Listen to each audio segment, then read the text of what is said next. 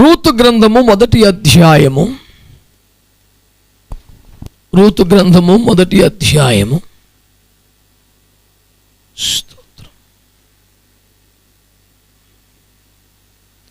మొదటి వచనమును మనము చదివి ధ్యానము చేసుకుందాం. మంచిది. ప్రభునందు ప్రియబిడ్డలారా, గత కొన్ని వారములుగా వాయిదా పడుతూ వచ్చినటువంటి రూతు గ్రంథ ధ్యానాలు ఎట్టకేలకు ప్రారంభించడానికి ప్రభువు నాకు కృపనిచ్చినందుకై ప్రభువును స్తుతిస్తున్నాను. హల్లెలూయా.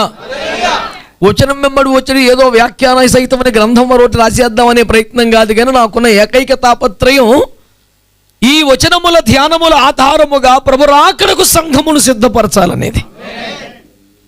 ఆమేన్. యేసయ్య రాకడ సూచనలు సమృద్ధిగా నెరవేరుతున్నటువంటి ఈ దినములలో ఒక దైవజనులు అన్నారు, ఇంకా నెరవేరవలసినవి ఏదన్నా ఉంటే ఆయన రావడమే అని అయిపోయినాయి అన్నారు.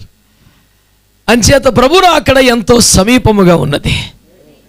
ఒక దైవజనులు అన్నారు, God is never before never late. ఆయన ఎప్పుడు తొందరపడి కంగారపడి ముందు రాడు, లేట్ చేయడు, సరిగ్గా ఆ సమయంలో వస్తారు.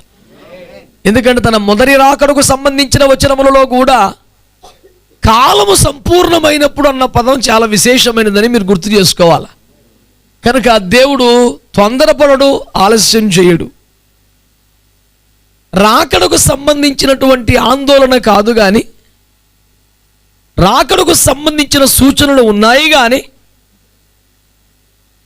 మన మరణానికి సంబంధించి అలాంటి సూచన ఉండదు. కనుకనే టెన్షన్ పడాలి, త్వరపడాలి. ఏ క్షణాన ఎప్పుడు ఎక్కడ ఎందుకు ఎలా ఎవరు ముగించాల్సి వచ్చినా తమ భూలోక యాత్రను మరుక్షణం యేసుతో మహిమలో నిలబడగలిగిన ఆ యొక్క సిద్ధపాటును కలిగి బ్రతకాలి. ఆ రాకడ సిద్ధపాటే ధ్యేయంగా, ఎత్తబడే సంఘములో పాలివారం అవ్వటమే లక్ష్యంగా, పెండ్లి కుమార్తెగా అలంకరించబడడే తాపత్రయంగా, యేసు యొక్క నవవధువుగా మనము చేయుచున్న ధ్యానములే ఈ రూతు గ్రంథ ధ్యానములని నేను మీకు జ్ఞాపకం చేస్తున్నాను. ఇది థియలాజికల్గా కామెంటరీ చేసే ప్రయత్నం నేను చెయ్యట్లా. ఒక వ్యాఖ్యానాన్ని అందించడానికి నాకు ప్రయత్నం లేదు. నాకున్న ఆసక్తి అంతా ఈ వచనముల ఆధారముగా, ఇందరి క్యారెక్టర్స్ ఆధారముగా ఈ ధ్యానముల ద్వారా యేసు రాకడకు మరింత మెరుగుగా మనము సిద్ధపడి ఉండాలి అనేది నా ఆకాంక్ష. ప్రభు నా ఆశను తీర్చునుగాక. ఆమేన్. దేవుని బిడ్డలారా, ఈ రూతు గ్రంథ ధ్యానములు ఉపోద్ఘాత సందేశముగా ఒక ప్రాముఖ్యమైన విషయాన్ని మీ ముందు పెడుతున్నాను. మొట్టమొదటి వచనములో న్యాయాధిపతులైన దినములలో బెత్లెహేమీయుడైనటువంటి ఎలీమెలకు తన కుటుంబముతో పాటుగా బయలుదేరి మోయబు దేశములో నివసించడానికి వెళ్ళిపోయాడు. విత్ వన్ సింగిల్ రీజన్, బెత్లెహేములో కరువు వచ్చినందున. ఇప్పుడు మీరు గమనించాలి బిడ్డలారా, నన్ను చూస్తూ వింటున్నారు కదా. ఇతడు పుట్టి పెరిగినది బెత్లెహేములో. అతడు యూదా గోత్రానికి సంబంధించిన వాడు. మీరు బాగా ఆలోచన చేస్తే అతని మూలాలు ఎంతో విలువైనవి. అతడు యూదా గోత్రానికి సంబంధించినవాడు. ఇశ్రాయేలులో ప్రధానుల్లో చాలా కీలకమైన వ్యక్తి. అతడు సింహం వంటి గోత్రం నుంచి వచ్చాడు. అతడు స్తుతి గోత్రంలో నుంచి వచ్చాడు. యుద్ధమునకు నేతృత్వం వహించిన గోత్రం నుంచి వచ్చాడు. దేవుని కోరుకున్న తూర్పు దిశగా పాలెములో స్థాపించుకున్న గుడారమును స్థాపించుకున్న అనుభవాల నుంచి వచ్చాడు. ఒక దశలో యుద్ధము ఎవరు ప్రారంభించాలి, స్వాస్థ్యం ఎలా స్వాధీనపరచుకోవాలి, ఎవరి చేత మొదలు పెట్టాలని మీమాంస వచ్చినప్పుడు పరలోకపు దేవుని స్వరము యూదా వారు ప్రారంభించాలని దేవుడు మాట్లాడాడు. దేవుని దృష్టిలో, దేవుని ఏర్పాటులో, భూలోక రక్షణ కొరకైన నిత్య సంకల్పములో యేసు క్రీస్తు ప్రభుని యొక్క నరావతారపు ప్రణాళికలో కీలకమైన యూదా గోత్రములో పుట్టి, సింహం వంటి గోత్రములో పెరిగి, స్తుతి గోత్రములో పెరిగి, దేవుని యుద్ధములు జరిగించి, రక్షకునికే మూల పురుషుడిగా ఉండవలసిన కుటుంబంలో బట్టి కేవలం తిండి కొరకు, కేవలం ఆహారం కొరకు దేవుని ఇంటిని, దేవుని స్థలాన్ని, ఎక్కడ తమ ఎముకలు కూడా ఐగుప్తులు ఉండకూడదు, మా ఎముకలుంటే కూడా బెత్లెహేము దగ్గరే ఉండాలని పితరులు ఆశించారు. అలాంటి చోటును కాదని కేవలం పట్టెడు మెతుకుల కోసం మోయాబు దేశానికి శపితమైన స్థలానికి, దేవుడు చెప్పు విసిరివేసే ప్రాంతానికి ఎక్కడ ఉండకూడదని, ఎవరి సంబంధాలు తీసుకోకూడదని దేవుడు తీవ్రంగా మాట్లాడాడు. ఆ చోట నివసించడానికి వెళ్ళిపోయిన ఒక బ్యాక్ స్లైడర్కి సంబంధించిన చరిత్రతో ఈ రూతు గ్రంథ ధ్యానాలు ప్రారంభించాల్సి రావటం చాలా తీవ్రమైన విషయం అని నేను మీకు జ్ఞాపకం చేస్తున్నాను. ఇంత భక్తుడు, ఇంత నేపథ్యం, ఇంత బ్యాక్గ్రౌండ్ ఉన్న కుటుంబం, ఎంత ఒత్తిడి వస్తే పోవాలా, ఎంత కష్టం వస్తే పోవాలా? మనుషరీతిగా మాట్లాడితే ఆ మాటైనా, దైవికముగా చెప్పాల్సి వస్తే ఎట్టి పరిస్థితుల్లో పోతే ప్రాణం పోవాలి, కానీ దేవుని సన్నిధిని వదిలి వెళ్ళడానికి వీళ్ళని నిబంధన కలిగి ఉండాలి. కానీ దానికి భిన్నంగా ఎంత ఘోరం, ఎంత విచారకరం. ఇది నేను ఒకే ఒక విషయాన్ని దృష్టి తెస్తున్నాను. రెండు విషయాలు మేము దృష్టికి హైలైట్ చేస్తున్నాను. ఒకటి, దేవుని సన్నిధి నుండి వెళ్ళిపోయిన వారు, దేవుని సన్నిధిని కోరుకుని వెతుక్కుంటూ వచ్చిన వారు. ఈ మాటతో ఈ రూతు గ్రంథ ధ్యానాలు ప్రారంభించాలని నేను ఆశపడుతున్నాను.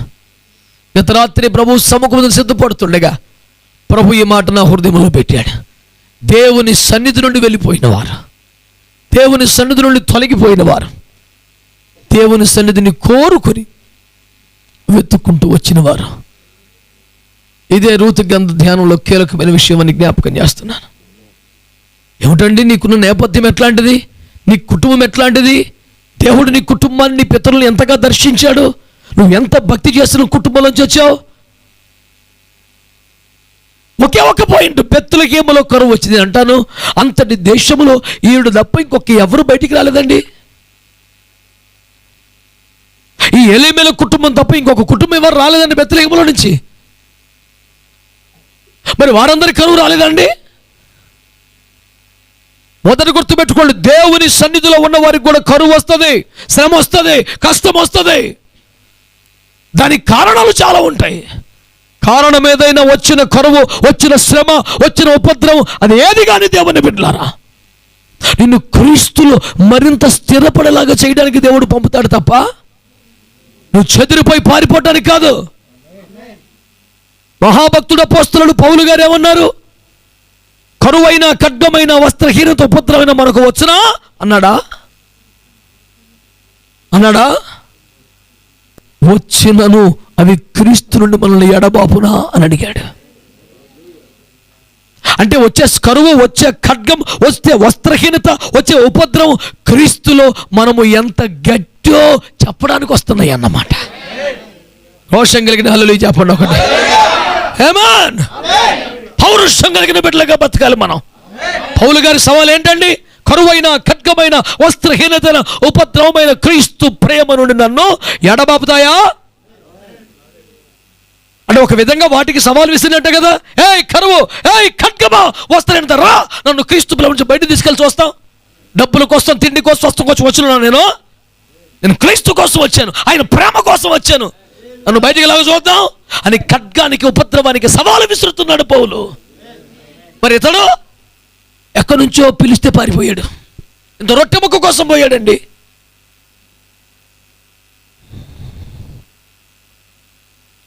రోషం తక్కువ భక్తి చేయొద్దు. రొట్టె ముక్కల కోసం, చేపల కోసం వెంటబడి గుంపులో ఉండొద్దు. గెత్సెమనులో, కల్వరిలో కూడా, సిలువలో కూడా నిలబడగలిగిన భక్తి మనం చేయాలా.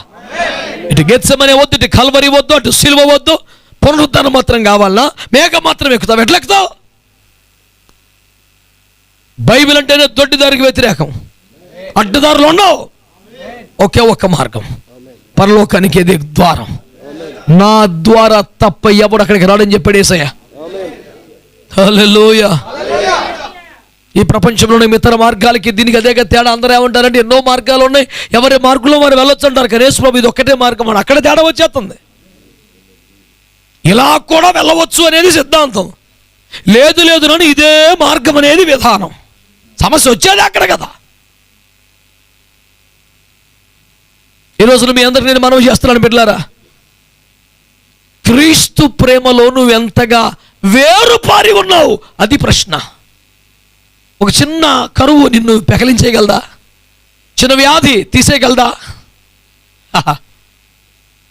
నేను 18 ఏళ్ల సేవకు వచ్చాను, సంపూర్ణ సేవకి. ఎన్నో శ్రమల మధ్య, పోరాటాల మధ్య నలిగి పరిచయం చేశాను. వారానికి 5 రోజులు నీళ్లు దాగి బతికి సేవ చేశాను. ప్రతి ఆదివారం 70 కిలోమీటర్లు సైకిల్ దొక్కి 5 ఊర్లు ఆరాధన పెట్టి ప్రభు కోసం ప్రయాసపడ్డాను. ఇంత కష్టపడి పగలనక రైయనక ప్రయాసపడి తిండి తిప్పలో లేక పోరాడి సేవ చేస్తే నాకు 10 సంవత్సరాలు సేవలో దశమ వార్షికోత్సవం పెట్టుకుంటే కళ్ళు తిరిగి పడిపోతే కళ్ళు తెరిచేపటికి హాస్పిటల్లో ఉన్నా. నేను కళ్ళు తెరిచేసరికి నీకు డయాబెటీస్ ఉందయ్యా, 450 ఉంది షుగర్ నీకు అన్నారు. 10 సంవత్సరాలు సరిగ్గా తిండి కూడా లేకుండా రోజుకి 20-30 కిలోమీటర్లు, ఆదివారం 70 కిలోమీటర్ల సైకిళ్ళు దొక్కుతూ సేవలో నలిగితే నాకు వచ్చిన బహుమతి ఇదే అని నేను ఏడవలేదు. యథాప్రకారం కృతజ్ఞత కూడికి జరిపించాను, దేవుని స్తుతించాను. చెప్పాను, ఏ డయాబెటీస్, నీవు కష్టపడి యేసు ప్రభువుల నుంచి సేవలోంచి నన్ను లాగలేవు అని చెప్పి 15 ఏళ్ళు అయింది యేసు రక్తం ఇచ్చి. స్తోత్రం చెప్పండి గట్టి. అది బలపడతాను ఉంది, నన్ను ఏడిపిస్తానే ఉంది అనుకుంటుంది. నేను దానికోసం నేను అడగటం తెచ్చే. హల్లెలూయా. ఎన్నో ఛాలెంజ్, ఎన్నో పోరాటాలు వస్తాయి. ఇప్పటికి చెప్తాను, ఆ శ్రమలో రేయ్ నువ్వు ఏడిపించలేవు, నువ్వు విసిగిపోయి అలిసిపోయి నువ్వు ఏడవలసిందే. ఆమేన్. ఆరోగ్యంలో ఎన్నో సమస్యలు, సేవలు ఎన్నో పోరాటాలు, ఎన్నో నిందలు, ఎన్నో అవమానాలు, లేనిపోని మాటలు ఎన్ని రాని వచ్చిన ప్రతి దాన్ని కూడా చక్కగా తీసుకోవటమే. హల్లెలూయా. దాన్ని కూడా మురిపంగా అడిగి చూపించు, ఇది పంపించావు, ఇప్పుడు ఏమైంది, ఇంకేమైనా ఉంటే పంపించుకో. నన్ను క్రీస్తు ప్రేమ నుండి నువ్వు వేరు చేయలేవు. నా నోటితో యేసు మంచోడు కాదని నువ్వు అనిపించలేవు. సంపూర్ణ ఆరోగ్యవంతుడిగా ఉన్న మా డాడీ ఒక్కరోజు కూడా హాస్పిటల్లో పడుకునే ఆ పరిస్థితి రాని మా డాడీ నాకు భౌతిక తండ్రే కాక ఆత్మీయ తండ్రిగా ఉండి నాకు సేవ నేర్పిన మా తండ్రి, నన్ను ఒక స్నేహితుడిలాగా నాతో ఆడిపడిన మా డాడీ సడన్గా చనిపోయాడు. నేను రామచంద్రపురం దగ్గర వెంటూరు అనే వెదురుపాక అనే చోట సభల్లో ఉన్నాను. నాకు వేదిక మీద ఉండగా వర్తమానం వచ్చింది. అట్లాగే దాన్ని పంటి దిగువన బెగమింగి ఆ సంపూర్ణంగా పరిచర్య చేసి అక్కడి నుంచి రావులపాలెం వచ్చి ఒక వాహనం తీసుకొని హైదరాబాద్ వెళ్ళేసరికి డాడీ బాగా వీక్ అయిపోయినారు. గబగబా ఏమిటిలా అయింది అని చెప్పేసి హాస్పిటల్ తీసుకెళ్ళి వెళ్ళటం వెంటిలేటర్ పెట్టారు. నేను వెళ్ళాక డాడీ అని పిలిస్తే కళ్ళుదరు చూశారు, నాతో మాట్లాడడానికి ప్రయత్నించారు. అది తీయడానికి అవకాశం లేదు. నేను బాగా ప్రార్థన చేసుకున్నాను, కనీసం డాడీ నాతో ఒక్క మాటన్నా మాట్లాడాలని. ఆ ఒక్క మాట కూడా మాట్లాడాల. బంధువులతో మాట్లాడారు, అన్నయ్యతో మాట్లాడారు, అక్కతో మాట్లాడారు. మా ముగ్గురులో డాడీతో విపరీతమైన అటాచ్మెంట్ ఉండదు నాకే. మేమిద్దరం ఫ్రెండ్స్, అన్నదమ్ములు అనుకునేవాళ్ళు. అంత చనువుగా నాతో ఉండేవాడు డాడీ. అలాంటి డాడీతో నేను కన్నీళ్లతో తీవ్రంగా ప్రార్థన చేసిన తర్వాత కూడా ఒక్క మాట మాట్లాడడానికి అవకాశం లేకుండా నేను డాడీ చనిపోయారు. డాడీ నాతో ఒక్క మాటన్నా మాట్లాడాలి యేసయ్య అని చాలా ప్రార్థన చేశాను. నా ప్రార్థన జవాబు రాలేదు. చూశారు, మాట్లాడే ప్రయత్నం చేశారు, చనిపోయారు. అది శనివారం సాయంకాలం. ఆదివారం సాయంకాలం భూస్థాపన చేయాలి. ఎందుకంటే ఆదివారం పొద్దున చేయడానికి బంధుమిత్రులు అందరూ సేవకులే, ఎవరు సంఘాలు వదిలిపెట్టి రాకూడదు. కనుక ఆదివారం సాయంకాలం భూస్థాపన పెట్టాం.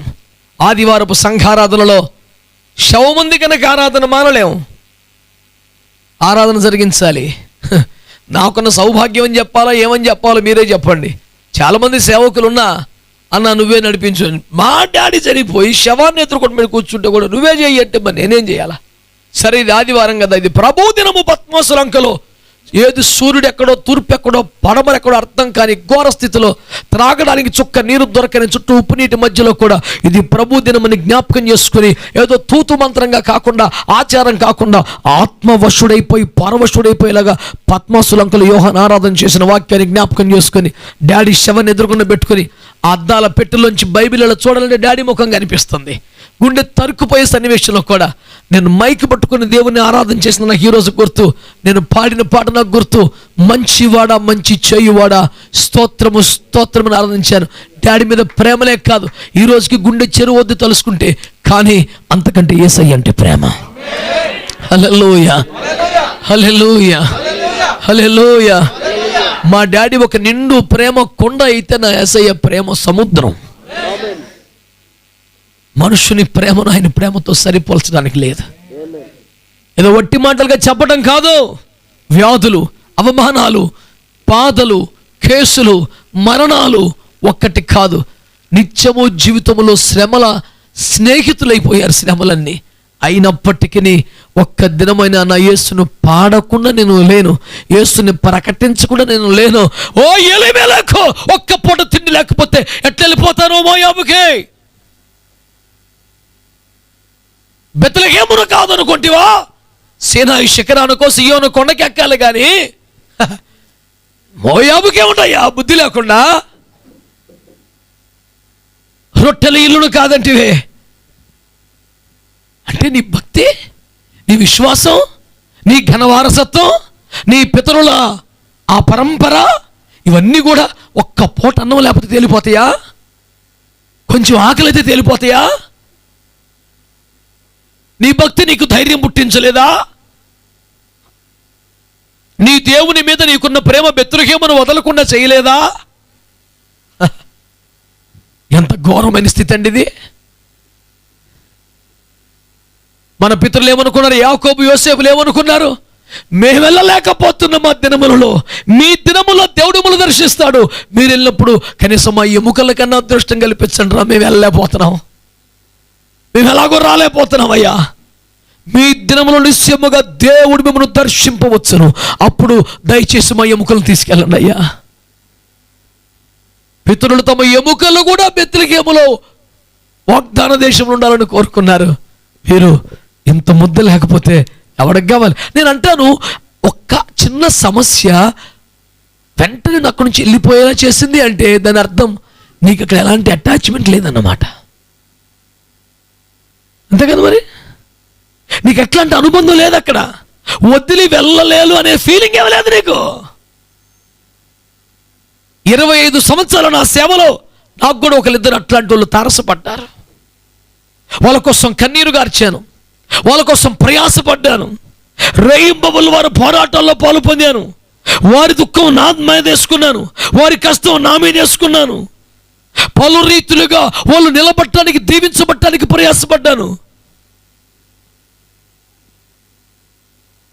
పెద్ద కారణమేమి లేకుండానే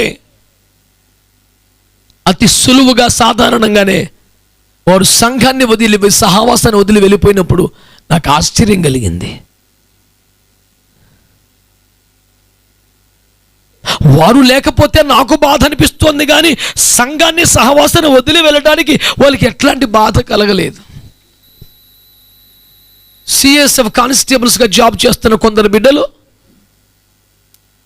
స్టీల్ ప్లాంట్లో ఉద్యోగాలు చేస్తున్న కాలంలో సంఘంలోకి వచ్చారు, బలపడ్డారు, రక్షణ పొందారు, బాప్తిస్మాలు పొందారు, ఆత్మలో ఎదిగారు, సమర్పణలోకి వచ్చారు. వారి ఉద్యోగం ఇచ్చే వారికి ట్రాన్స్ఫర్లు అవుతాయి కదా 2-3 సంవత్సరాలకే. ట్రాన్స్ఫర్ అవుతున్నప్పుడు వారి దుఃఖాన్ని మేము అనసలేకపోయాం. సంఘం అంతా కలిసి, ఆత్మీయులు చచ్చిపోయిన అంతగా ఎవరు ఎడవరేమో, మేము వెళ్ళలేకపోతున్నాం సంఘాన్ని వదిలిపెట్టండి. ఒక కుటుంబం అయితే ఇక్కడ అద్దెకి తీసి ఒక కుటుంబాన్ని 4 సంవత్సరాలు చర్చికి అందుబాటులోకి ఇల్లు తీసి పెట్టారు. 2 సంవత్సరాలు కర్ణాటకలో, 2 సంవత్సరాలు తమిళనాడులో జాబ్ చేశారు. 2 నెలలకు, 3 నెలలకు, 4 నెలలకు ఒక్కసారి వచ్చి చూసి వెళ్ళిపోయేవాడు పిల్లల్ని. అటు భర్త ఫ్యామిలీ దూరం అవుతానని బాధపడలా, ఇటు భార్య బిడ్డలు మా ఆయన దూరంగా ఉన్నారని బాధపడలా, చర్చికి దగ్గరున్నామని ఆనందంగా బతికేశారు. సహవాసాన్ని కోరుకునే బిడ్డలు ఉంటున్న వారిని చూస్తే ఎంత సంతోషం అనిపిస్తుంది.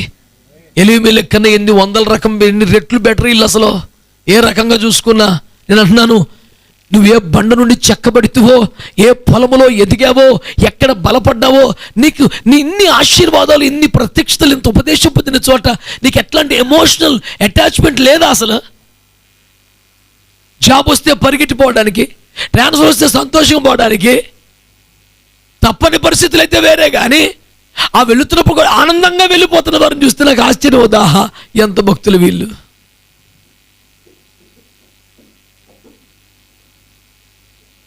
ఎంతటి భక్తులు వీళ్ళు. విచిత్రం అనిపిస్తుంది నాకు.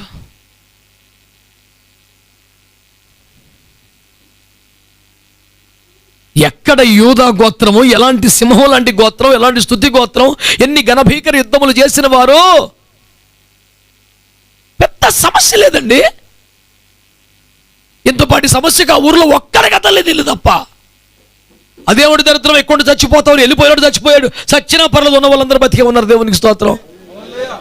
చస్తే చచ్చామలే, తిండి కోసం వదిలిపెట్టి వెళ్తామా దేవుని సన్నిధిని అని ఉండిపోయిన వాళ్ళందరూ శుభ్రంగా ఉన్నారండి. ఎవడు చావలేదు. కరువు నిమిత్తం బెత్తులు హేములో ఇందరు చచ్చిరి అనేదే లేదు అసలు. కరువు ఉన్న మాట నిజమే, ప్రభు ఉన్న మాట కూడా నిజం కనుక బతుకున్నారు. అక్కడ సమృద్ధి ఉన్న మాట నిజమే, చచ్చారు. చిత్రం, కరువులో బతుకుతావా, సమృద్ధిలో చస్తావా? వింతగా లేదు మాట. ఓ పొడుపు కథలా సంధించవచ్చు. కరువులో బ్రతుకుచున్నవారు కొందరు, సమృద్ధిలో చచ్చుచున్నవారు కొందరు. ఎవరారు, ఏమి కథ?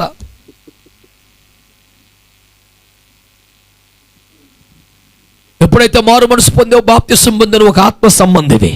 నువ్వు క్రీస్తు శరీరంలో ఒక అవయవానివి, దేవుని తోటలో ఒక చెట్టువి. నువ్వు లోకానికి చెందినవాడివి కాదు. నువ్వు క్రీస్తుకు వేరైతే చస్తావు తప్ప, చుట్టాలకు వేరైతే చావో, కులానికి వేరైతే చావో, ద్రాక్షవల్లికి వేరైతే చేస్తావు తప్ప నువ్వు ఎక్కడున్నా చచ్చే పరిస్థితి లేదు. దేవునికి స్తోత్రం కలుగునగా. ఎక్కడ ఐగుప్తులోంచి పెరికి తెచ్చిన ద్రాక్ష తీగము నీవు. నేను క్రీస్తుకు అంటుకట్టుకున్నాడు, తన సారాన్ని నీలోకి పంపుతున్నాడు. ఉపదేశము ద్వారా, అభిషేకము ద్వారా నిన్ను సుసంపన్నం చేస్తూ పరిపుష్టం చేస్తున్నాడు. ఇలాంటి నీవు ఒక ఆశ కోసం, అవసరం కోసం పరిగెడతావా? నీకు సన్నిధి విలువ తెలియదా? ఉపదేశం విలువ తెలియదా? దేవుని నోటి మాట యొక్క బలం నీకు తెలియదా? దేవుని అభిషేకం యొక్క ప్రభావం తెలియదా? డబ్బుకు పరిగెడుతున్నావా? తిండికి పరిగెడుతున్నావా? రోషం ఉండాలి నీకు.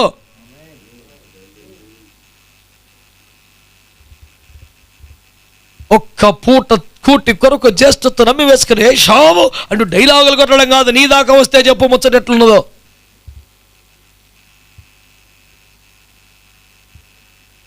ఇతడు ఘనుడకు ఇశ్రాయేలీడట. ఈ ఈ ఈ ఈ ఘనతను పోగొట్టుకున్నవాడే ఏశావు. చిచ్చి మా ఏశావు సంతతి కాదు, యాకోబు సంతతి. నువ్వు చేసింది ఏందిరాబా? ఇప్పుడు కరువు వచ్చిందా? పారిపోయావా? దేనికి కరువు వచ్చింది? వాక్య కరువు వచ్చిందా? అభిషేకం కరువు వచ్చిందా? ప్రత్యక్షతలు కరువు అయినాయా? దేవుడు సందర్శించడం లేదా? దేవుడు కార్యాలు చేయటం లేదా? అవన్నీ సమృద్ధిగా ఉన్నాయి బ్రదర్. మంచి అభిషేకం బ్రదర్, మంచి వర్తమానం బ్రదర్. మరి ఏమిటి కరువు? అన్ని తిండి పాడుగాను. ఒంటిలో కొవ్వంతా కర్ర తీసుకొని బతకొచ్చు తిండి లేకపోయినా. దేవునికి స్తోత్రం. అన్నీ చచ్చిపోతావా తిండి పెట్టకపోతే? చిన్నప్పటి నుంచి నాన్ స్టాప్గా తిన్నది పేరుకుపోయింది, ఎటుపోవాలా?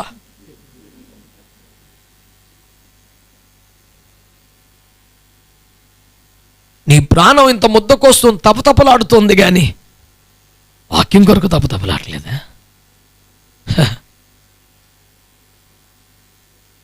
దేవుని సన్నిధి కోసం పరితపించడం లేదా?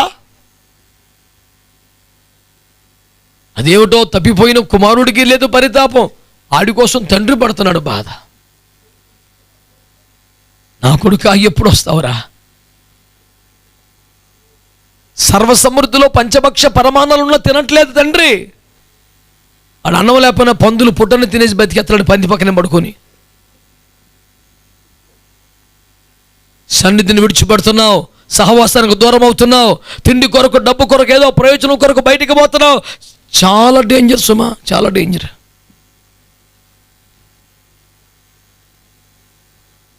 నువ్వు ఇశ్రాయేలుడివి, అందున ప్రఖ్యాతిగాంచిన యూదా గోత్రం నీది. సింహం లాంటి వాడివి నువ్వు. ఛే, ఒక ముద్ద తిండి కోసం పరిగెడతా రోడ్ల మీద పడి సిగ్గులేని పని చేయబాకు. యేసుక్రీస్తు యవ్వన రక్తం చేత కొనబడ్డావు నువ్వు. పరిశుద్ధమైన దేవుని వాక్యం చేత కడగబడుతున్నావు నీవు. దేవుని పరిశుద్ధాత్మ ముద్ర వేయబడింది నీవు. ఆ ముద్ర పేరేంటి తెలుసా? He belongs to Jesus Christ. It is God's property. అది బ్యానర్ రోడ్డు మీద పెట్టాం, బోర్డు. అక్కడ పందులు వేయకూడదు. ఇది దేవాలయపు స్థలము. అతిక్రమించిన చో శిక్షలను బోర్డు పెట్టాక అక్కడ పందులు మీద ఎట్టుంటది?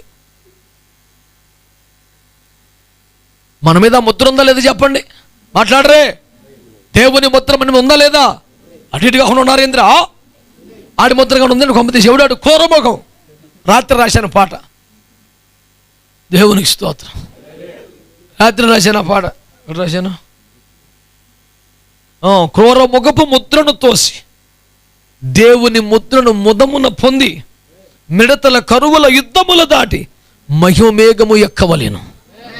దేవునికి స్తోత్రం కలుగునగా. అల్లాటప్ప కాదే వారం క్రైస్తవ జీవితం అంటే. హల్లెలూయా. గేట్లు తెరిస్తే నీళ్ళలో పడి తుక్కులు చేపలు కొట్టుకుపోతే చూడు, అట్ట ప్రవాహంలో పోదాం అనుకుంటున్నామేమో అవదో. ఇది దిగు కొట్టుపోయేది కాదు, మీదకి ఎక్కాల్సిన భక్తి. మీరు మతంలో దిగిపోయారంటగా. మతం అయితే దిగుతువే, మేము మతం నుంచి బయటకు వచ్చి యేసు అనే నిచ్చెన ఎక్కుతున్నాం. దేవుడు కొమ్మడు 2-3 మెట్లు ఎక్కాం, ఆయన కళ్ళగా చూస్తే ఒక మెట్టు ఎక్కి అడగపోతాం. దిగేది అందరూ దరిద్రం. ఎక్కడే యేసు రక్తం ఇచ్చి స్తోత్రం చెప్పండి గట్టిగా. హల్లెలూయా.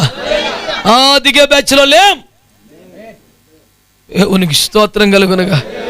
పైకి పైకి నన్నెక్కించు ప్రభో, అది మన సిద్ధాంతం. ఒక్కొక్క మెట్టు ఎక్కటమే పరిపూర్ణత. మెట్టు మీద నా యేసు చేతులు చెప్పుకొచ్చున్నాడు.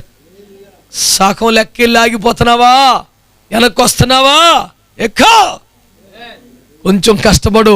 అక్కడ నిన్ను అట్లాగా అందుకుని గుండెలకు హత్తుకొని తండ్రి ఎదురు నిలబెట్టడానికి యేసయ్య సిద్ధంగా ఉన్నాడు.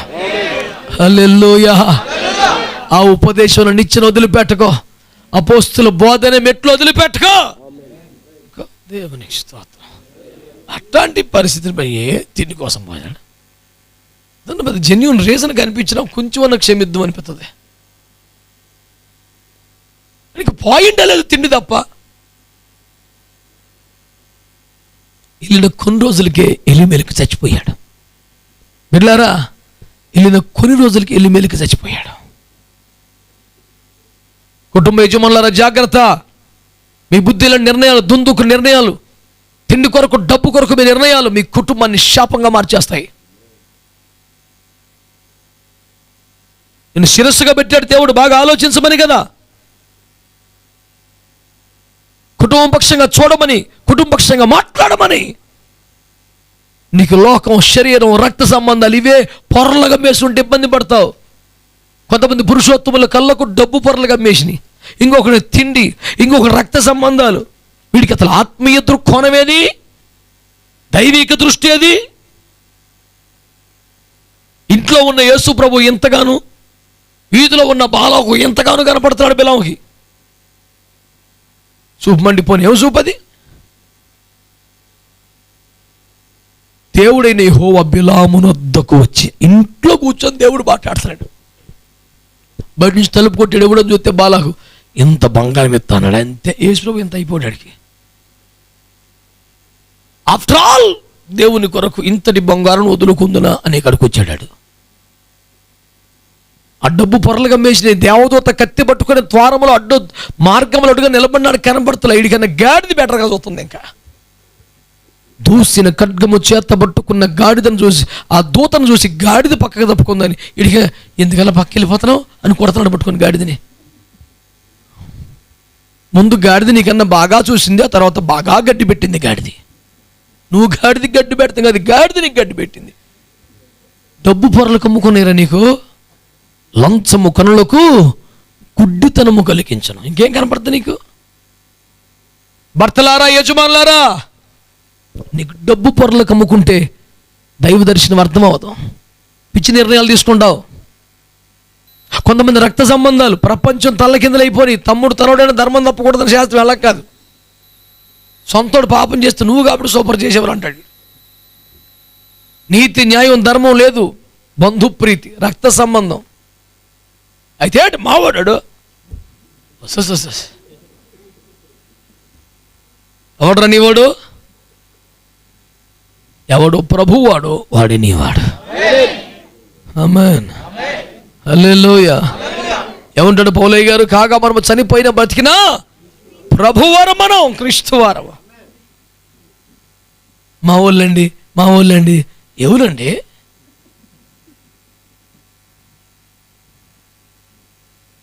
మనుషులందరూ ఒక్కటే. కులాలు మతాలన్నీ మనుషులు పెట్టినవన్నీ అబద్ధం. కులం మతం మోసం, ఇదేమి లేదు. మనుషులలో మనవారెవరంటే మన సృష్టికర్తను ప్రేమించి ఆయన్ని ప్రేమించిన వారు వియ్యముందుటకైనా నెయ్యముందుటకైనా వ్యవహారం అంతా అది. హల్లెలూయా. దేవుడు సృష్టించని మానవుడు కల్పించిన వేరొక కోణములో ఇతడు మనవాడు అనుకొనుచున్నావా? నువ్వు భ్రమలో బ్రతుకుచున్నావు. నీకెంత తెలివితేటలున్నాయి చెప్పనా? నీడ, ఇది నీడ, నా ముఖం ఇక్కడ పడుతుంది నీళ్ళలో, పౌడర్ తీసుకొచ్చి నీడ పూసేస్తావు, దువ్విని పెట్టి ఇక్కడ దువ్వేస్తున్నావు. ఊరది నీడ కదా, నీడైనా నాదే కదా, నిన్నేమనాలా? నీకు దండం పెట్టుకుని వెళ్ళిపోవటమే. నువ్వు ఒక వింత మానవుడు రా నాయన. తెలివి ఉన్నవాడు ఎవడైనా నీడలో సంతోషిస్తాడా? ఇది ఛాయ, వాస్తవం క్రీస్తులో ఉంది. మోసపోవద్దు, భ్రమలో బతకద్దు.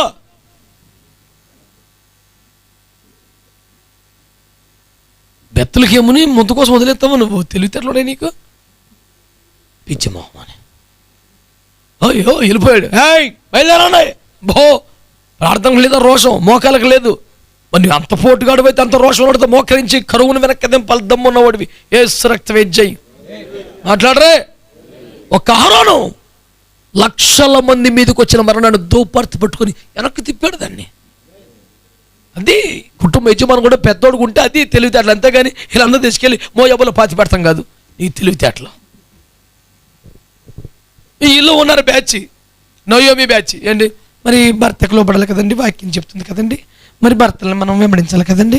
అయ్య బాబోయ్ మహాభక్తురాలు పిచ్చి ముఖమని బైబిల్ ఏం చెప్తుందిరా నీకు? ఒకరు పడిపోతే ఇంకొకరు లేపాలని చెప్తుంది కదా. పడిపోయినప్పుడు తోటి వారు కూడా పడిపోవాలని కదా. ఒక అందమైన వ్యాఖ్యానం చెప్పాడు పాస్టర్ గారు. అవ్వమ్మ పళ్ళు తెచ్చిస్తే ఆదాయం ఎందుకు తిన్నాడు? దానికి ప్రేమే కారణం అట. ప్రేమ తింటే చచ్చిపోయింది ఆవిడ. తింటే నేను కూడా చచ్చిపోతానని ఆదాముకు తెలుసు. అయినా ఎందుకు తిన్నాడంటే, నీవు లేకుండా నాకు బతికెందుకు, నీతోనే చచ్చిపోతాను, తినే చచ్చిపోయాడంట. వీడు మహాప్రేమ విరహకర్త. వీడు నీ వ్యాఖ్యానం మండిపోను.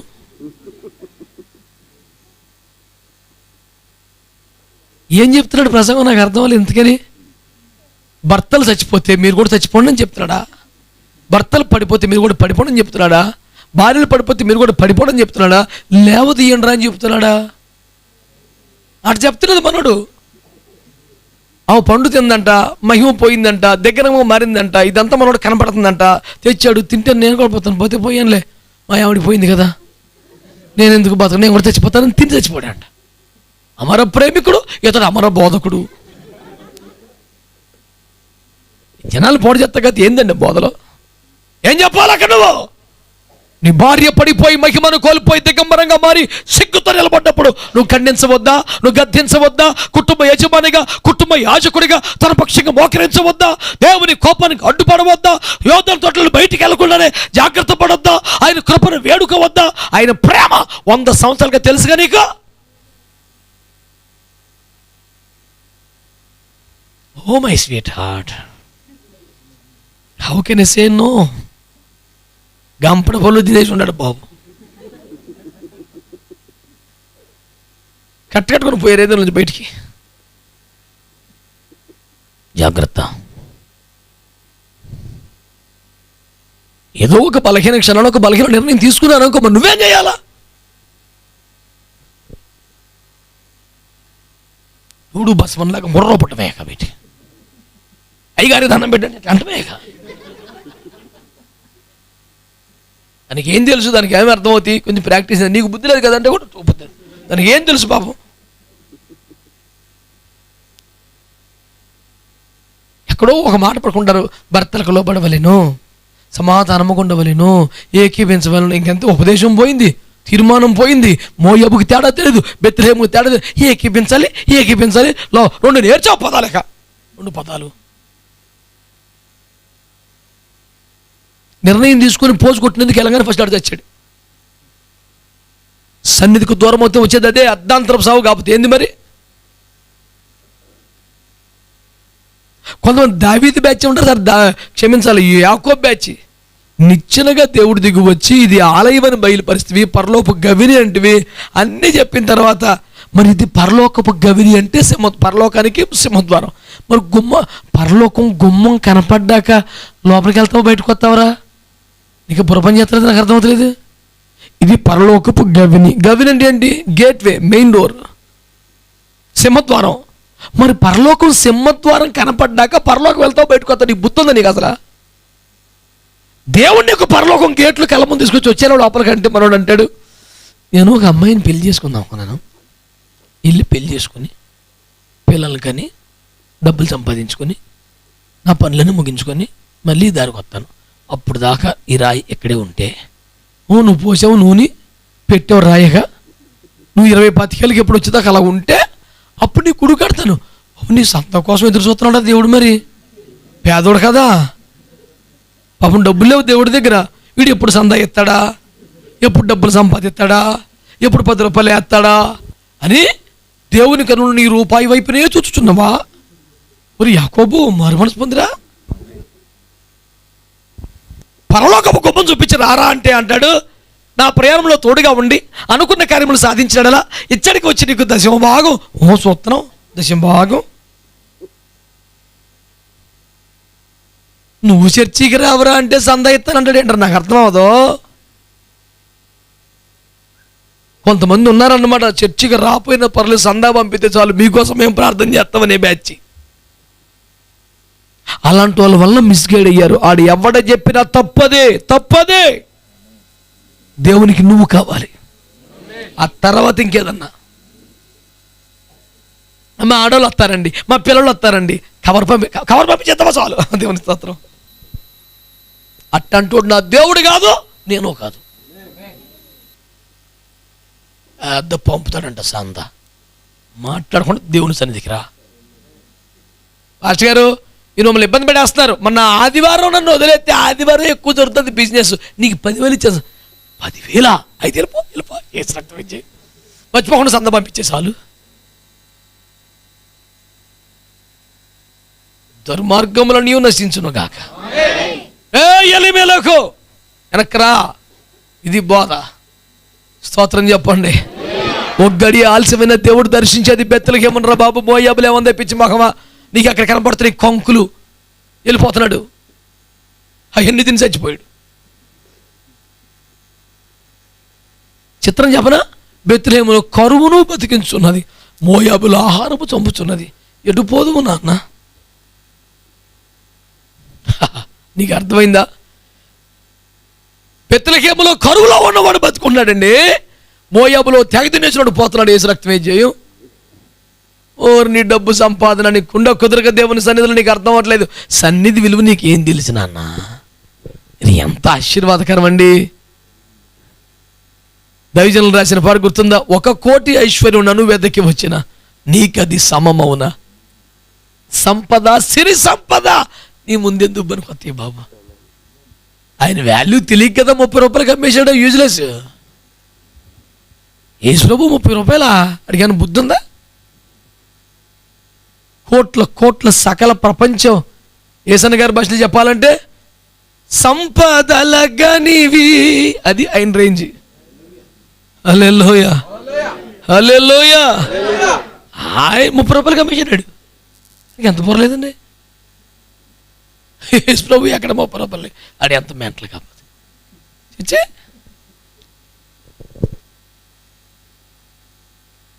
ఆలోచిస్తున్న బుర్ర పాడైపోతుంది. ఎవడు అసలు బుర్ర ఉందా? 30 రూపాయలు.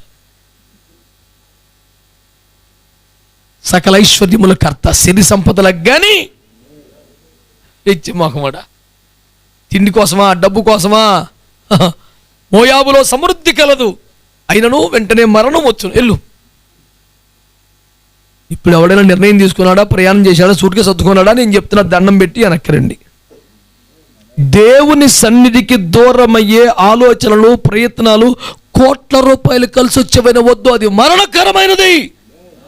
లాభం కోసం వెళ్ళకో, నీ జీవితం నాశనం అయిపోతాయి. కల్లో కొంచెం రొట్టె ముక్కలు తిని గుళ్ళో పడి ఉండో, నీకు ఆశీర్వాదం ఉంటుంది.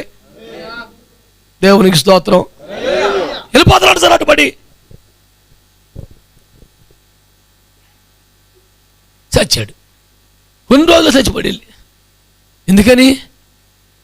కుటుంబంలో మరి నీ నిర్ణయమే చెల్లాలిగా, నీ మాట చెల్లాలిగా, ఎవరిని గెలవనివ్వగా. నేను నచ్చితేనే చచ్చి తీసుకొస్తావు, నచ్చకపోతే మనిపించేస్తావు కదా. ఎంత పెద్ద మోనర్కు మోనోపాలి తీసాడు యేసు ప్రభు. అప్పుడు నేను శిరస్సు, ఏది చర్చి మానేస్తాగా శిరస్సు డైలాగు, ఆ మాట వినాలి, నాకు లోపడాలి. నేను శిరస్సుని, హెడ్ ఆఫ్ ది ఫ్యామిలీ. నేను నిన్ను మరణముకే నడిపేదాను, అయినా నన్ను వెంబడించవలను. ఇదేం దుర్మార్గం రా. చచ్చిపోయాడు. ఇప్పుడు వైధవ్యం అనుభవిస్తుంది నయోమి. ఎందుకు అనుభవిస్తుంది? వద్దండి అంటే తిడతారని ఆ తిట్టును భరించలేదు అమ్మ. కసురుకుంటే తట్టుకోలేదు. నాకు చాలా చిన్నతనంగా ఉంటుందండి. గబుక్కుని కసురుకుంటే నేను అసలు నాకు అభిమానం ఎక్కువండి. ఇప్పుడు అభిమానం మొయ్యాబులో వేసు రక్తం వేయించి ఎవడో నేను చూస్తలేదు, ఎవడో ఎదురు వస్తలేదు. ఇప్పుడు బాగుంది. ఇప్పుడు అక్కడ నాకు చాలా అభిమానం అండి. అయ్య బాబాయ్, నేను అసలు మాట పడనండి. మోయాబులు చచ్చిపోతాను కానండి, సన్నిధి కోసం మాట పడకూడదా? ఏమండి ఓ భార్యలారా ఆలోచించుడి. దేవుని సన్నిధి కొరకు, దేవుని ఆశీర్వాదాల కొరకు, దైవిక అనుభవాల కోసం ఒక నింద పడకూడదండి, ఓ తిట్టు పడకూడదండి, నిన్ను గద్దించకూడదండి, నిన్ను ఎవరు తిట్టకూడదు, కొట్టకూడదు, కోప్పడకూడదు. పరలోకం పెద్ద గుర్తు చేసి నిన్ను కేకేసి కూర్చోబెట్టేస్తారు. పాట పాడమంటే పరలోకము నాదే. అయ్య బాబో, నీకున్న కాన్ఫిడెన్స్ లెవెల్కి ఒప్పరు వేసేస్తుంది నాకు. పోరాటం చేసావా? శత్రువుతో పోరాడావా? సమస్యలతో పోరాడావా? ఆత్మలో ఒక పోరాటం ఉందా? శరీరము ఆత్మ విరోధంగా పోరాడుతుంటే దునుమాడావా? రక్తము కర్రంతగా పోరాడావా?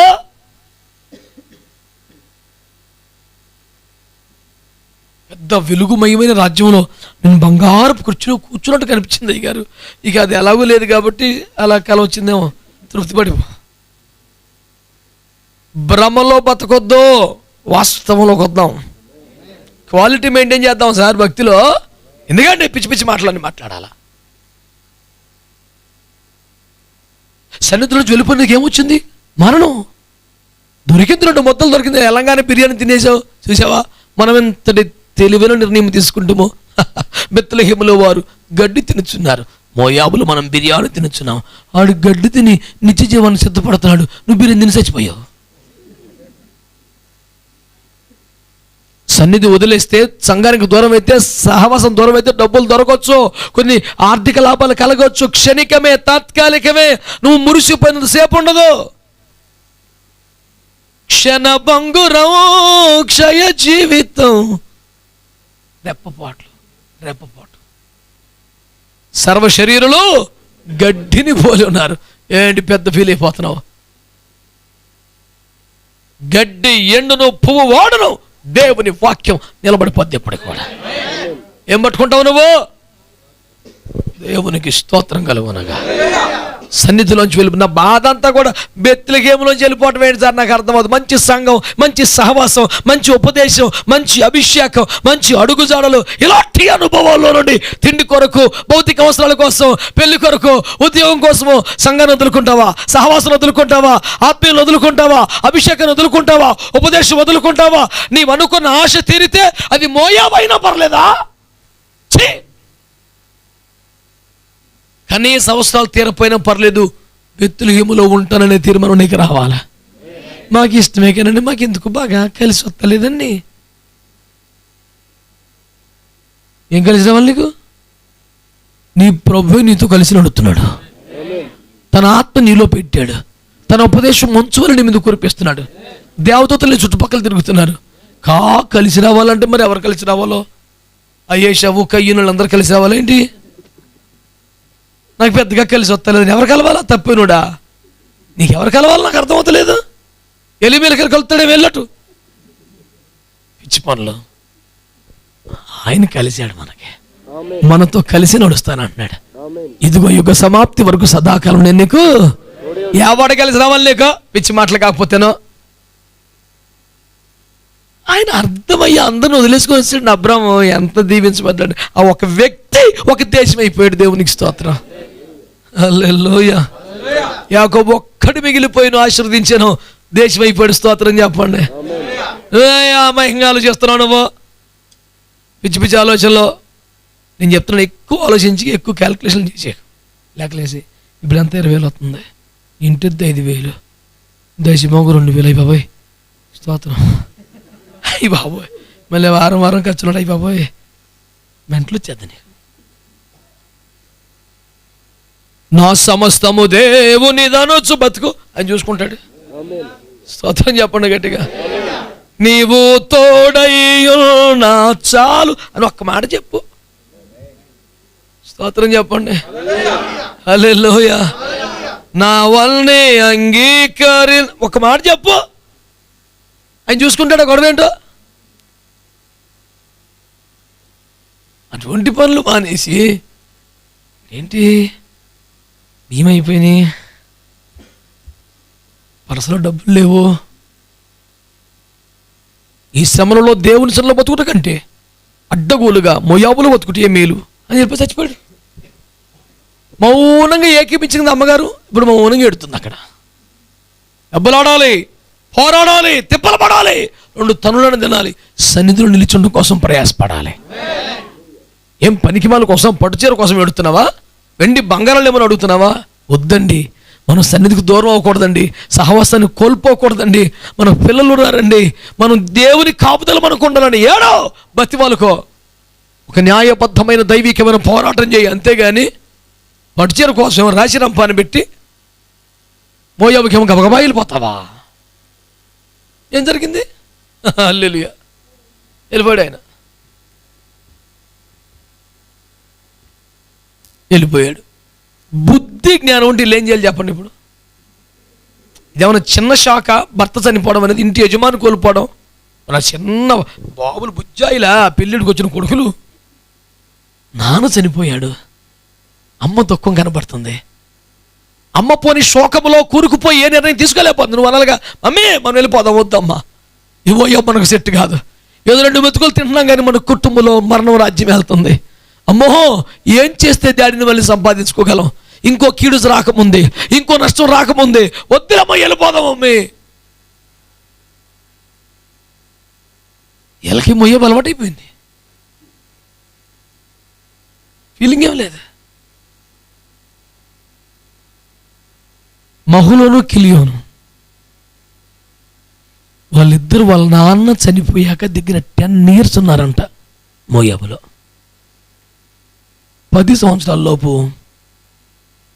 నాన్న చనిపోయిన కొంతకాలానికి వెళ్ళిపోదాం అనిపించలా. అక్కడున్న మంచి 2 పిల్లలను చూసి పెళ్లి చేసుకున్నారు. అంటే వాళ్ళకి మరణం వచ్చినా శిక్ష వచ్చినా దేవుని సన్నిధి గుర్తు రాట్లా, వెళ్ళిపోదాం అనిపించట్లా, తప్పుడు నిర్ణయం పర్యవసానం మీద అర్థం కావట్లా.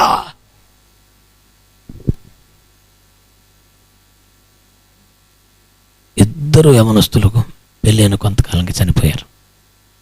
10 ఏళ్ళు అక్కడ ఉన్నారు హాయిగా, సంతానం ఏం లేకుండానే వారిద్దరు చనిపోయారు. నేను అంటున్నాను, నీ వల్ల ఎన్ని కుటుంబాలు దుఃఖపడాలి, ఇంకా నీ బిడ్డల జీవితాలు కూడా నాశనం అయిపోవాలి. కుటుంబ యజమానులారా, మీ నిర్ణయాలు ఎంతటి ప్రభావాన్ని చూపిస్తున్నాయో గమనించండి. జీవితాలు నాశనం అయిపోతున్నాయి. సన్నిధి విలువ ఎరగిన వాళ్ళు, సన్నిధి అక్కర్లేదు అనుకున్న వారు, సన్నిధికి దూరమైన వారికి వరస పెట్టి చూడండి. మరణం, వైధవ్యం, శ్రమ, అవమానం, ఒంటరితనం, దుఃఖము, కన్నీరు, ఇయ మిగిలిని ఎంతటి శోకం.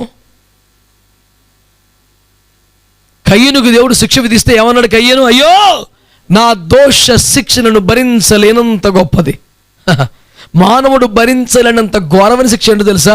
నీ సన్నిధికి రాకుండా నన్ను త్రోసివేశావు. ఎంతకైనా శిక్ష ఏంటయ్యా? కొట్టో సన్నిధికి రానిస్తే బాగుండేది, నన్ను నా సన్నిధికి మాత్రం రాబోతున్నాడు. దానికోసం ఎట్లా ఏడుస్తున్నాడు తెలుసా? దావీదు ఎందుకే భయపడ్డాడు? తప్పు జరిగాక, అయ్యా ఎన్నెన్నో కొట్టుగా నీ సన్నిధులు మాత్రం తోసేకయ్యా, రాజ్యం తీసే, అధికారం తీసే, ఆరోగ్యం కూడా తీసే పని చిత్తమే, నీ సన్నిధి నుంచి మాత్రం త్రోసేయదయ్యా. ఆ ఏడుపుని చూసి జాలిపడ దేవుడు, సర్లే నా సన్నిధిలో ఉండు అన్నాడు దేవుడు. సన్నిధి విలువ తెలిసినట్లు ఏడుస్తున్నారండి. ఆ సన్నిధి విలువ తెలియని వాళ్ళు లెక్క జమాలు వెళ్ళిపోయారు.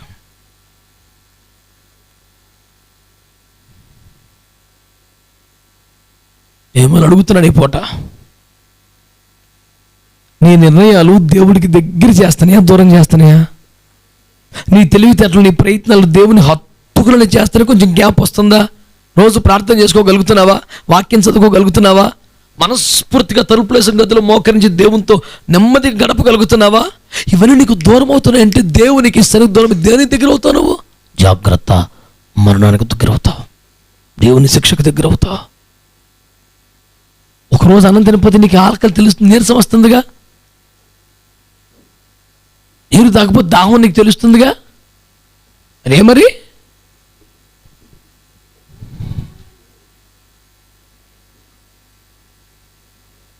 మరి దేవునితో మాట్లాడకపోయినా, సన్నిధిలో లేకపోయినా నీకేం తెలియట్లేదే.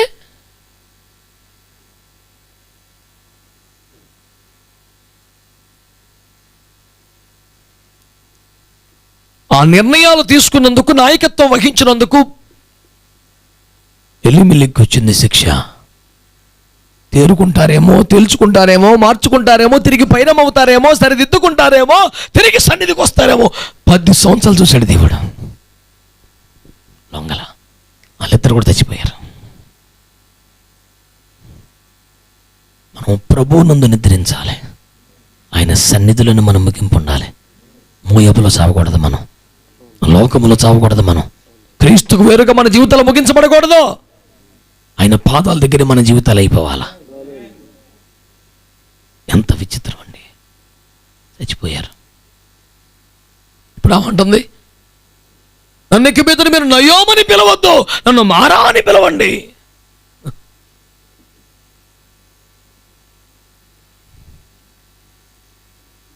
ఈ పదాలు అర్థాలు ఈ మటుకు బాగా తెలుసు, సన్నిధి విలువ తెలియదు. కానీ భర్త చనిపోయి 2 కొడుకులు చనిపోయాక విధవరాలుగా మిగిలిన తర్వాత అంటుంది, నేను బెత్లెహేము వెళ్ళిపోతాను. అప్పటికైనా గుర్తుకొచ్చి కాదండి, దేవుడు బెత్లెహేమును దర్శించినడని, అక్కడ కరువు తీరునదని వినబడినందున బయలుదేరిందంట. ఇంతమంది చచ్చిపోయిన తిండి బుద్ధి పోలేదు, నీ బుద్ధి పాడుగాను.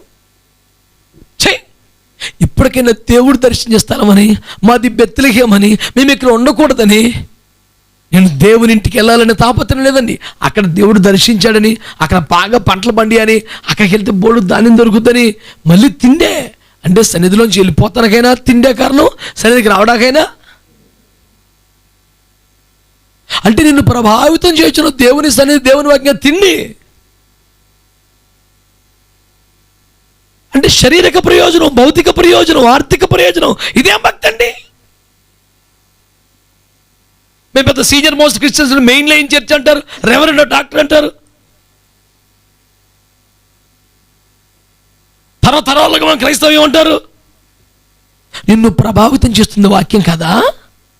నీ తీవ్ర నిర్ణయానికి కారణం అభిషేకం కాదా, సన్నిధి కాదా, తిండా? ఒక భౌతిక కారణమా, ఒక శరీర కారణమా? సిగ్గుపడాలండి. పతనమైపోతున్న విలువలు కలిగిన క్రైస్తవ్యం చూసి సిగ్గుపడాలి.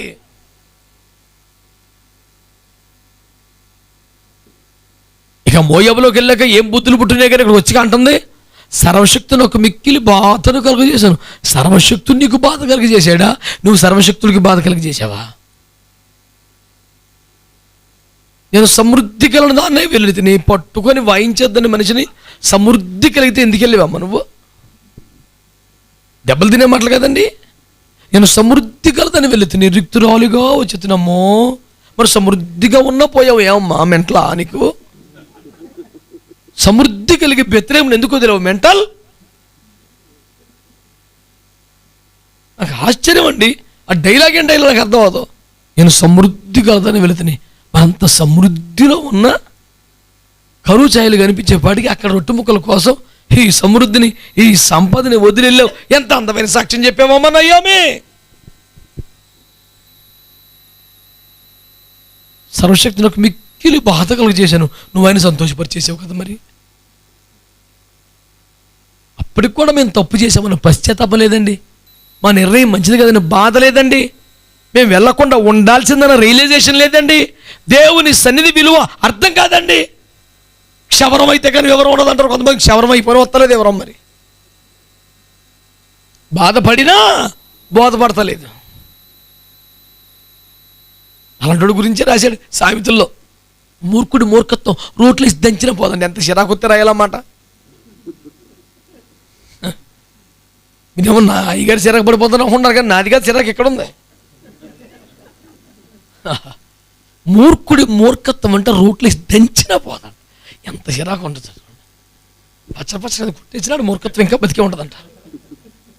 మరి ఇప్పుడు ఏం పరిస్థితి ఉంది కదా. భర్త పోయాడు, 2 కొడుకులు పోయాడు. పెద్దలేం వచ్చాకన్నా మాట మారుతుందా? ఎంత పెడసరం మాట. ఎంతకుముందు ఇంకెలా మాట్లాడదో ఎంతమంది పోయాక ఎలా మాట్లాడుతుంది మనిషి. అయ్య బాబోయ్ నిప్పులో ఉప్పు టప్ టప్ టప్పులు ఆడిపోతావు మనిషి. ఇంతమందిని కోల్పోయాక అన్నీ కోల్పోయిన తర్వాత రిక్తురాలిగా వచ్చి టప్ టప్పులు ఆడిపోతుంది మనిషి. అవురాడు అయ్యో నయ్యో మీ బాగున్నావు అమ్మ అని పలకరిస్తే నన్ను అయ్యో మనకో నన్ను మారాను. ఎందుకమ్మా నన్ను సర్వశక్తులు బాధపెట్టి నన్ను దేవుడు చాలా అన్యాయం చేశాడు. అయ్య బాబోయ్ దేవుడే అన్యాయం చేశాడా అంటే ఏం చేయాలి ఇప్పుడు దేవుడు? నువ్వు వెళ్ళిపోతే నీకు కూడా బెత్తలేమని పట్టుకొచ్చేయాలి మోయాబుకి.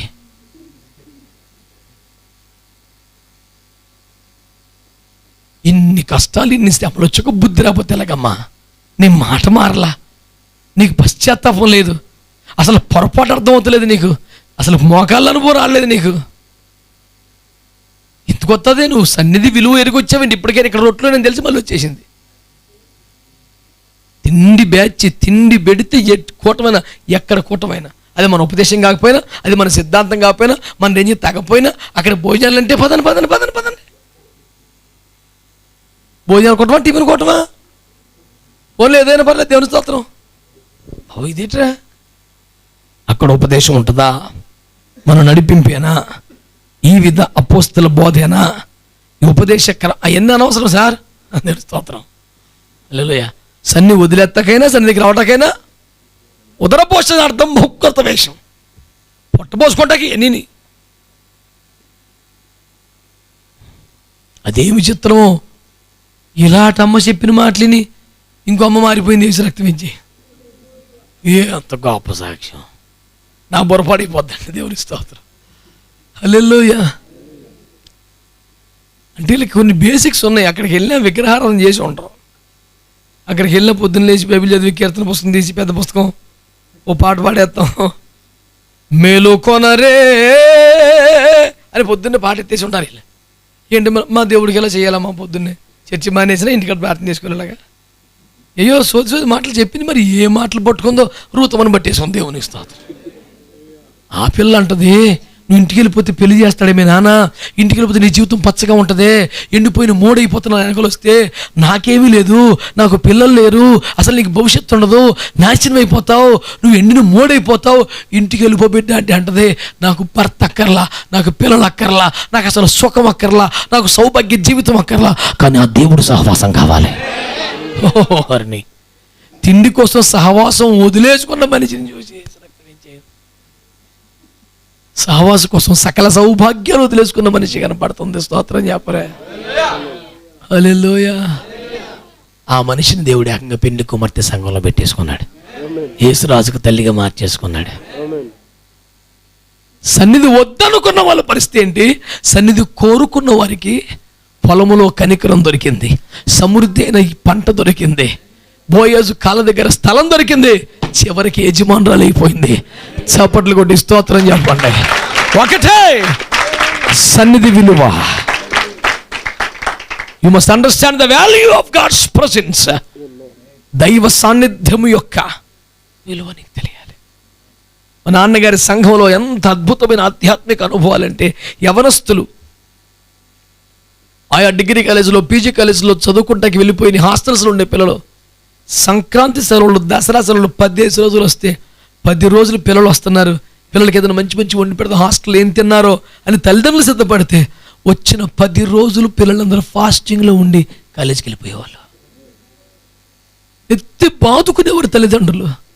పిల్లలు రాకరాక ఇంటికి వచ్చారు, ముద్ద వండి పెడితే తింటలేదండి బాబు, మా తిండి ఎప్పుడు తింటాం, హాస్టల్లో సరైన ప్రార్థనలు గడపలేకపోయేవాళ్ళం, వాక్య ధ్యానం ఉండేది కాదు. చర్చిలో ఉండిపోయే వాళ్ళు అంతే. సన్నిధి విలువ అంటే అట్లా ఉంటుందండి. హల్లెలూయా, హల్లెలూయా. సన్నిధి విలువలు తెలిస్తే అట్లా ఉంటాయి. ఈరోజు మీరు ఆలోచించండి, నీ హృదయం దేవుని సన్నిధి కోసం పరితపిస్తుందా? నేను ఎప్పుడెప్పుడు వెళ్దామా అన్న ఆరాటం దావీదులో ఉన్నట్టు మీకు కలిగిందా? కోరవ కుమారు లాంటి తపన కలిగిందా? ఉదయం లేవగానే మోకరించడానికి మనసు ఆరాటపడుతుందా? బైబిల్ కోసం వెతుక్కుంటుందా చేతులు? దేవుని వాక్యం చదువుకోకపోతే నీకు బాధ కలుగుతుందా? ఇలాంటి ఫీలింగ్స్ ఏమీ లేవంటే ఆల్మోస్ట్ నువ్వు మోయాబుకి వెళ్ళిపోయినట్లెక్కే. వాక్యం చదవకపోయినా, ప్రార్థన లేకపోయినా, ఆరాధన లేకపోయినా, ఉపదేశం లేకపోయినా, హాయిగా తిండి జరుగుతుంది, నిద్ర పడుతుందంటే నువ్వు మోయాబులు ఉన్నట్టు లెక్క. సన్నిధి అనుభవాలు పోయినా నీకు. నేను అంటున్నాను, నాశనం కలగకముందే, నష్టం రాకముందే తిరిగిరా, బెత్లెహేముకు రా, సన్నిధికి రా, ఉపదేశం కొరకరా, అభిషేకం కొరకరా. బెత్లెహేములో ఉంటే ముద్ద దొరకటం కాదు, పెండ్లి కుమార్తెగా మారుతావు, రాకళ్ళు ఎత్తబడతావు, యేసు పక్కన నిలబడతావు, బోయజు కనికరం పొందుకుంటావు. తిరిగి రండి, బెత్లెహేములో స్థిరపడండి, పెండ్లి కుమార్తెగా మారండి. నడుములు మీ కుటుంబాలను ఆశీర్వదించునుగాక. ప్రార్థన చేసుకో.